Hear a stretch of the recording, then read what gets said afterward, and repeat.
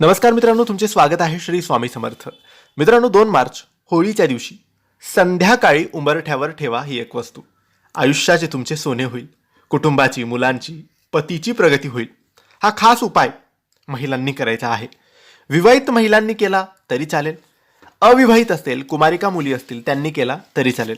लाभ तुम्हाला तर होईलच, परंतु तुमच्या परिवाराला सुद्धा होणार आहे. होळीचा पवित्र दिवस 2 मार्च सोमवारच्या दिवशी आहे आणि पौर्णिमा प्रारंभ संध्याकाळी 5:55 होणार आहे. म्हणजे होळिका दहन हे 5:55 नंतरच होणार आहे. 6-7 वाजेपर्यंत होळी दहन होते. तर होळिका दहनाच्या वेळेस तुम्हाला म्हणजे 5:55 नंतरच हा उपाय करायचा आहे, कारण पौर्णिमा सुरू झाल्यानंतरच हा उपाय केला तर लाभ होईल. 2 मार्चला 5:55 तुम्हाला तुमचा उंबरठा स्वच्छ करायचा आहे. पाण्याने स्वच्छ धुवून घ्यायचा, पुसून घ्यायचा. त्यानंतर त्याला हळदीचा लेपन लावायचं. हळदीचं लेपन लावा, पिवळा करा, हळद लावून पिवळा करा. हळद आणि पाणी मिक्स करून ते लेपन लावा, व्यवस्थित त्याला करा. त्यावर लक्ष्मीचे पावलं, स्वस्तिक काढा.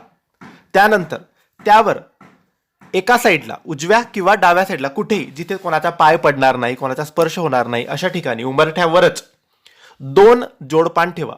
विड्याचे पान असतील तर विड्याचे ठेवा, आंब्याचे पान असतील तर आंब्याचे ठेवा. 2 जोडपान ठेवा. त्यावर एक सुपारी ठेवा. त्या सुपारीचे हळदी, कुंकू, अक्षत टाकून पूजन करा.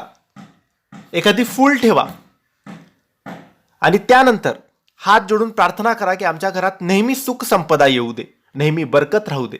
माझ्या मुलांची, पतीची किंवा माझ्या घरच्यांची प्रगती कर. सगळ्यांना सुखी ठेव.